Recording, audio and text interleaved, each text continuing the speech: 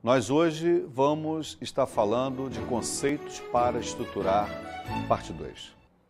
E dentro desse enfoque de conceitos para estruturar, nós hoje vamos privilegiar algumas formas de enxergar o posicionamento estratégico, alguns modelos. Vamos estar dando ênfase aos modelos criados por Michael Porter. E dessa forma, vamos começar pelo quadro que vocês estão vendo, que lida com o processo de posicionamento. Então, nós temos a questão da vantagem estratégica com o alvo estratégico, gerando 3 combinações muito clássicas: a diferenciação, a liderança no custo total e o enfoque. No modelo Porter, você basicamente deve escolher um posicionamento. Não quer dizer que você não possa praticar os outros também, mas você deve ter uma linha muito clara, você deve perseguir um deles como o seu principal referencial. Então vamos começar pela liderança em baixo custo ou no custo total. Em suma, a liderança no custo total é uma forma de você orientar todas as suas ações para que as operações sejam enxutas, baratas e para isso, naturalmente, algumas condições devem existir. Você não pode trabalhar com produtos de luxo, você não pode oferecer um nível de serviço muito alto. Então vamos olhar por tópicos para que fique bem caracterizada essa opção que você deve assumir se você achar que é a forma mais adequada de você se colocar estrategicamente no mercado. Então vejamos os recursos. Investimento para o startup, market share. Quando você luta pela liderança em baixo custo ou custo total, como muitos também chamam, você precisa ter muita consciência que você vai trabalhar no mercado em escala. É a única maneira de você sobreviver e prosperar nesse mercado. Então, é necessário ter a condição para você conquistar fatias significativas do mercado e, naturalmente, isso demanda um investimento de partida, o startup. Isso é fundamental. Produto simples. Você não tem como ter custos reduzidos se o seu produto não permitir processos regulares em escala. Então, isso praticamente nos obriga a ter produtos simples. Obviamente que, dependendo da tecnologia disponível, você vai ter produtos um pouco mais elaborados. Mas, de uma maneira geral, você tem que se concentrar na simplicidade dos requisitos do seu produto. Distribuição barata. Para você ter coerência com o processo de baixo custo, a distribuição não pode ser um peso, ela não pode ser algo que contribua para reduzir as margens globais. Então, ênfase em distribuições baratas e simples. Supervisão do trabalho.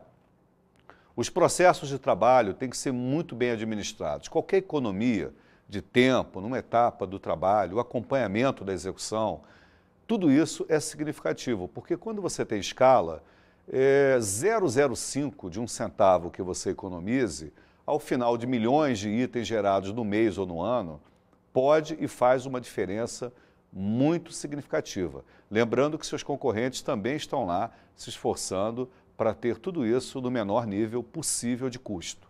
As exigências. Quais são as exigências necessárias? Nós já citamos, mas vamos reforçar. A economia de escala.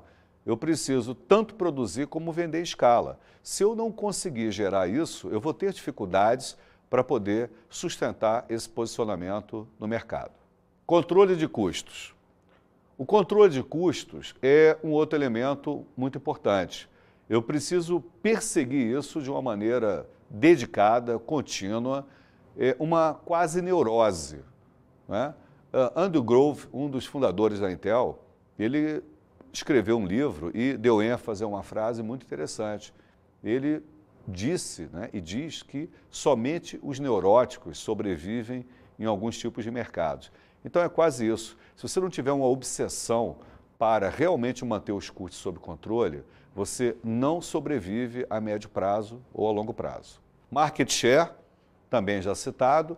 Se eu não conseguir com o tempo conquistar uma fatia significativa, a curva de aprendizado e a consequente redução de custos vai se tornar algo difícil para eu sustentar o meu posicionamento.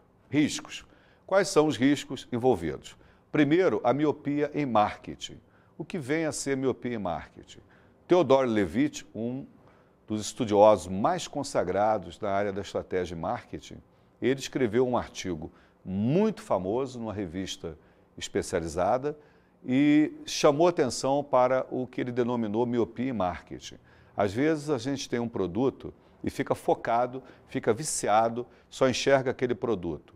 E essa paixão pelo produto termina gerando dificuldades para nós percebermos que o mundo está mudando, que outras opções estão surgindo. Então, evitar a paixão pelo produto, achar que aquilo ali é a tábua de salvação, é tudo que a empresa precisa ter para sobreviver. Inflação dos custos. Se, naturalmente, o meu posicionamento ele é muito ligado a ter custos reduzidos, se eu tenho a inflação dos custos, isso pode me prejudicar significativamente. Imitação dos concorrentes. A imitação dos concorrentes é um outro problema que existe quando você lida com baixo custo, porque os produtos são simples, então termina tornando-se relativamente fácil alguém imitar. Um outro aspecto é mudança tecnológica. Quando a tecnologia muda e você não tem a velocidade necessária para se adaptar, o seu produto fica obsoleto. Ou alguém começa a praticar custos muito menores em função de uma tecnologia que permite reduções significativas nos custos de produzir. Nós agora vamos para a diferenciação. O que vem ser a diferenciação? Não é mais, vamos contrapor diferenciação com liderança em baixo custo. Todas duas atuam no mercado inteiro, ou seja, tanto a liderança em baixo custo como também a diferenciação, eu olho para o mercado como um todo e, independentemente de quem deseje, e coloco uma característica que vai ser marcante para o meu produto ou para a minha organização. Então, quem estiver à disposição, quem tiver interesse, será, digamos, o nosso cliente. Mas na diferenciação, a gente procura ter um atributo que seja significativo, como, por exemplo, a qualidade, o design. Então, não necessariamente a diferenciação quer dizer um produto caro. Em geral, não é um produto que tem a mesma característica, obviamente, de liderança em baixo custo. Mas você tem atributos que tornam o teu produto, pela visão do cliente, diferente dos demais. Então, a gente luta na diferenciação para manter algo que seja peculiar. Vejamos os recursos para a diferenciação. Marketing. É necessário ter um marketing muito bem organizado, estruturado. Não que você não precise nas outras formas de posicionamento, mas na diferenciação o marketing passa a ser um elemento muito mais intenso. Eu preciso ter profissionais de marketing, uma área de marketing muito afinada, muito perceptiva e sensível ao mercado. Tino criativo. Como eu estou me diferenciando, eu tenho que ser criativo. Vamos ver, por exemplo, vamos pensar aqui no caso do iPod, lançado pela Apple. O iPod, a tecnologia toda já estava disponível, mas não havia essa integração, o conceito, como foi criado pela Apple. Então, é a questão da criatividade, não é só o marketing, também juntar ao marketing um tino criativo. Pesquisa e desenvolvimento.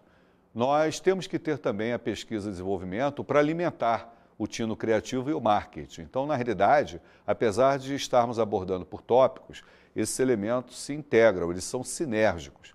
É muito importante que você enxergue, não cada um isoladamente, mas cada um como uma face de uma mesma coisa. Que coisa? A diferenciação.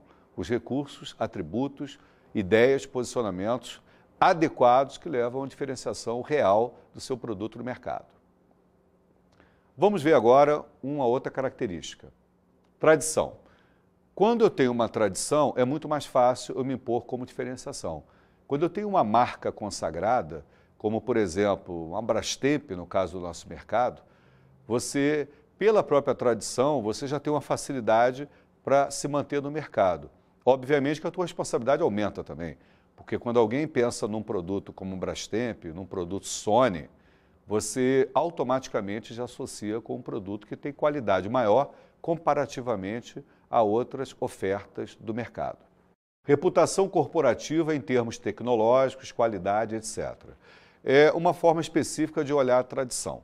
Você pode criar um nome, a sua organização pode ter consolidado o nome, mas você também pode ter uma tradição específica, algo específico, como tecnologia, uma empresa que está sempre inovando ou tem tecnologia de ponta. Isso aí também muito contribui para você assegurar o espaço da diferenciação. Vejamos agora as exigências. Percepção de exclusividade. O mercado tem que ter percepção de exclusividade. Se o mercado não perceber que de fato aquilo é diferente, ele não vai pagar devidamente, ele não vai buscar na intensidade que você imagina. Então, isso é muito importante. Uma outra questão é uma excelente coordenação dos processos de pesquisa e desenvolvimento com marketing. Nós precisamos ter a clareza que não é só gerar novos e bons produtos, produtos que talvez o mercado deseje, mas é saber juntar isso com as reais possibilidades que o cliente tem. E nem sempre a pesquisa acusa isso, até porque o cliente nem sempre sabe o que quer.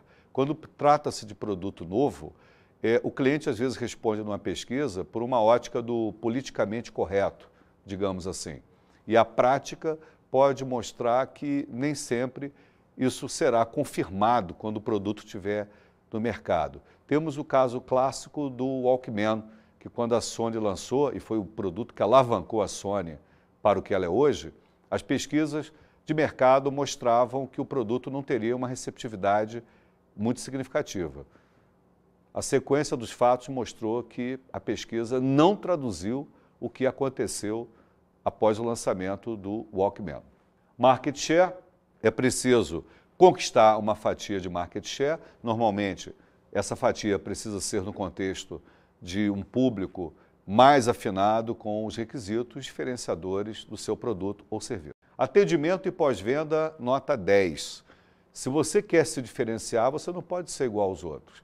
Então, você deve buscar essa percepção do cliente. Tem que ser nota 10, tem que ter aquela sensação, o cliente, ao utilizar seu produto, ao comprá-lo, de que está comprando alguma coisa muito especial pela ótica da sua escolha. Vejamos os riscos. Primeiro, imitação e substitutos. Claro que você sempre vai correr o risco, independentemente do posicionamento, de você ser imitado, mas a imitação, quando você está lidando, digamos, com custos mais baixos, ela é menos perigosa, porque você pode ter, pela sua escala, ainda a capacidade de enfrentar bem. Mas quando você pensa em diferenciação, quando alguém te imita, consegue colocar igual, aí você compromete demais o seu produto. Então, a imitação e substitutos começa a ser algo extremamente danoso quando a gente tenta diferenciar um produto. A gente espera que ninguém imite a gente ou chegue perto, para que a gente consiga manter na percepção do mercado e do cliente a ideia de que nós somos de fato diferentes. Custo maior que lealdade. Se você começa a cobrar muito caro por um produto onde o cliente não percebe o benefício, então essa lealdade tende a sumir. Aliás, os clientes hoje já não são exatamente leais ou fiéis, eles têm a preferência.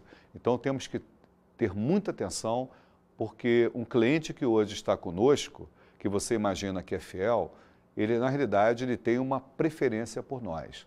Qualquer produto que mostre uma relação custo-benefício mais adequada, o mercado certamente pode se voltar para esse produto.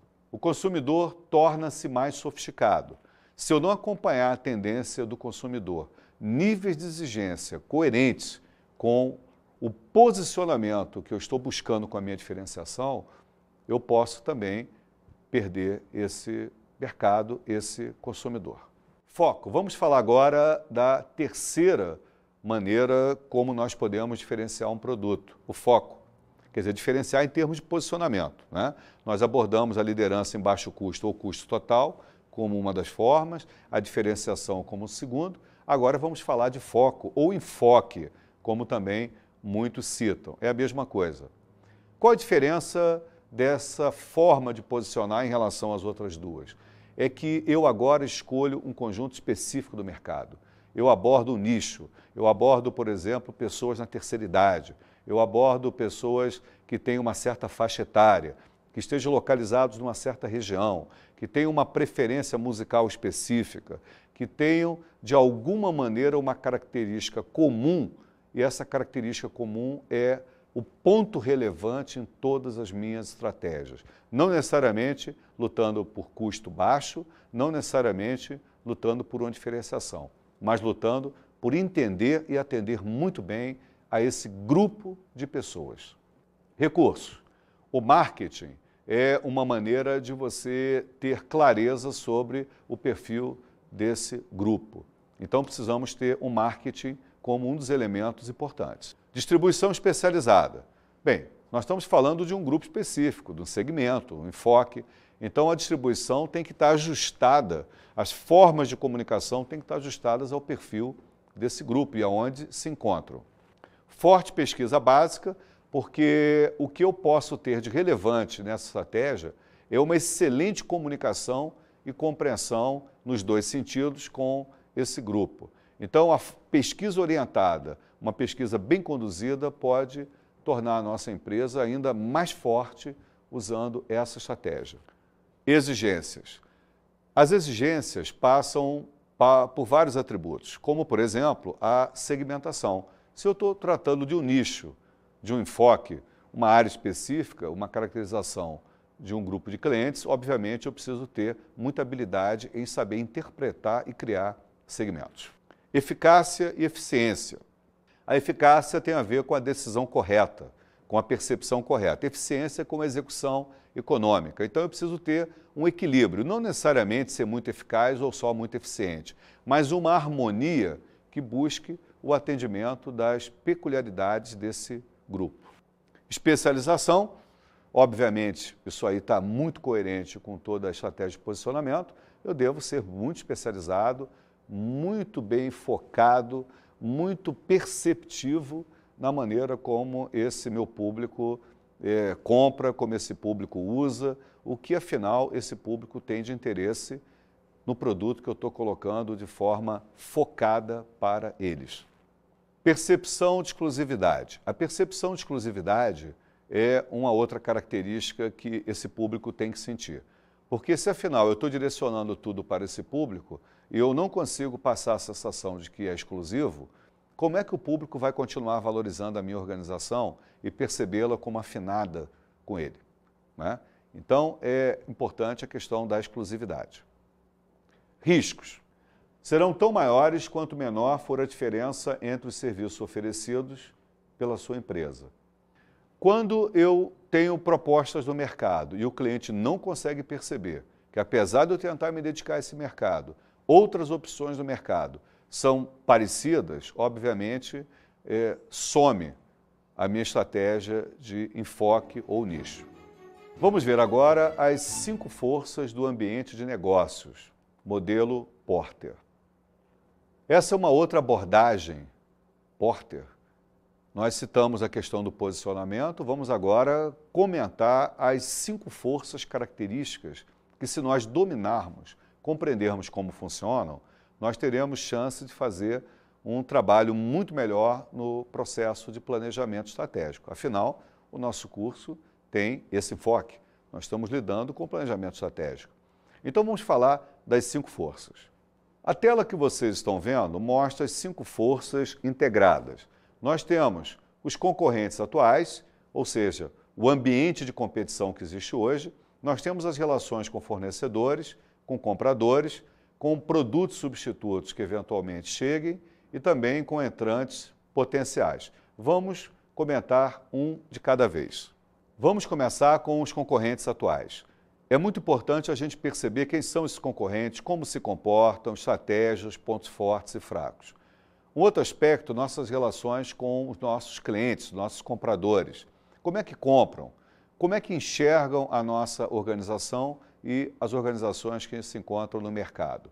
Uma outra questão muito importante para você ter uma boa estratégia é a visão, a relação e as alternativas em relação aos fornecedores. Vamos agora às 2 últimas. A questão dos entrantes, eventuais empresas que podem chegar ao mercado.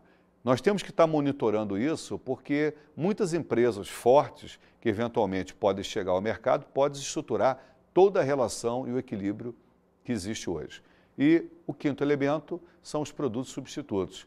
Às vezes nós estamos preocupados com uma forma de concorrência, mas há um outro produto ou serviço chegando que de alguma maneira rouba, leva os nossos clientes. Então, esses 5 elementos constituem a visão Porter das forças que nós temos que estar atentos. Obviamente, cada uma delas, nós temos que ter uma dedicação para poder otimizar e garantir que a nossa estratégia será bem sucedida.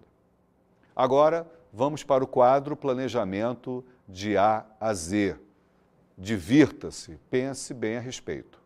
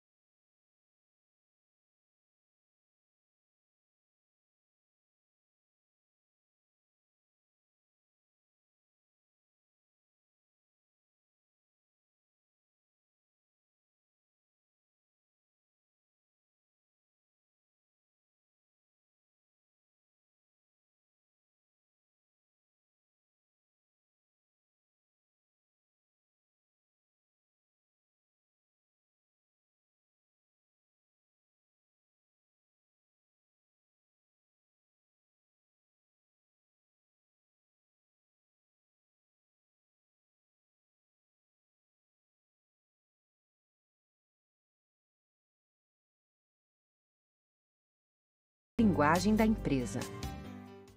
Vamos falar agora do mix de marketing, ou composto de marketing, como algumas pessoas chamam em português.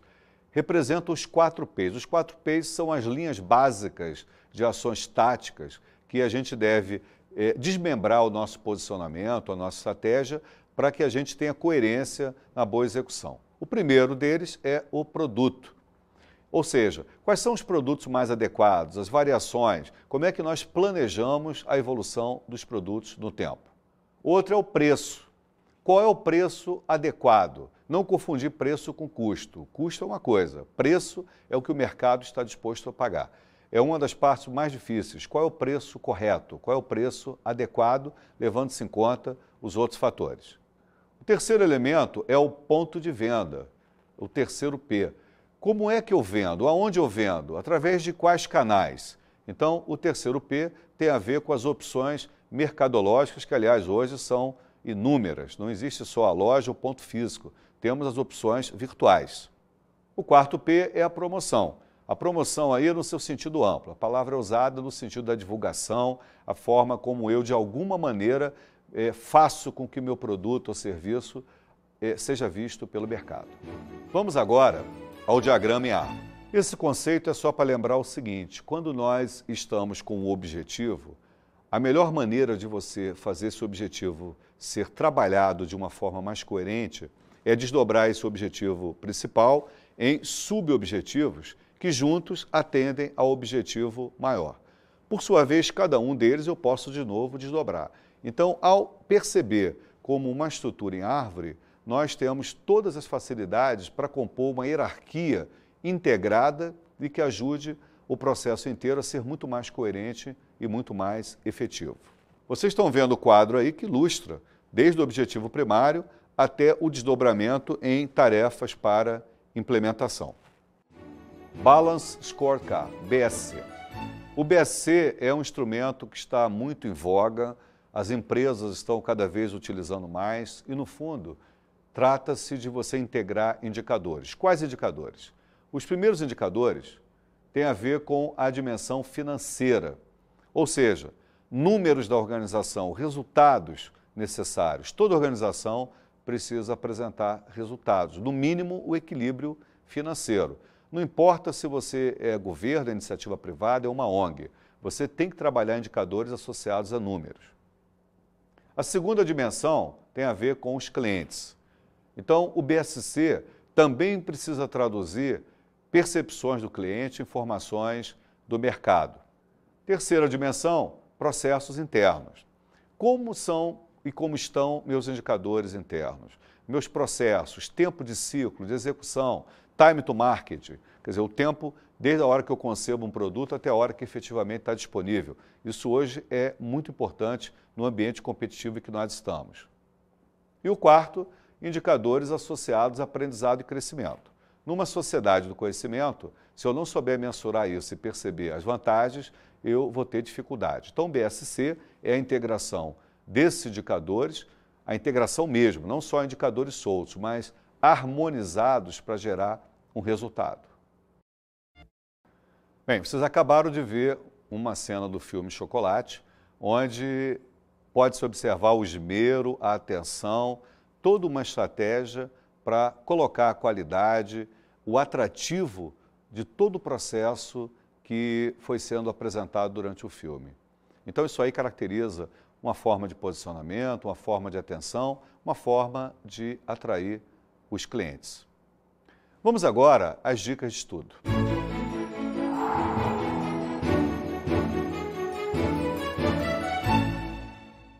A dica que eu tenho para você, uma sugestão que eu acho muito interessante, é muita atenção, muito foco, reflexão no modelo Porter das 5 forças. Olhe para o seu ambiente de negócios e pense como é que está esse equilíbrio. A nossa dependência, a nossa relação com fornecedores, com os clientes, produtos substitutos que eventualmente existam, novos entrantes, organizações que potencialmente podem nos ameaçar, que já estão no mercado, não diretamente lidando conosco, mas em outros mercados, e, principalmente, como é que anda a rivalidade entre os concorrentes atuais. Olhe isso, perceba, tente ter uma visão para que você, dessa maneira, possa evoluir o seu negócio em rumos mais seguros.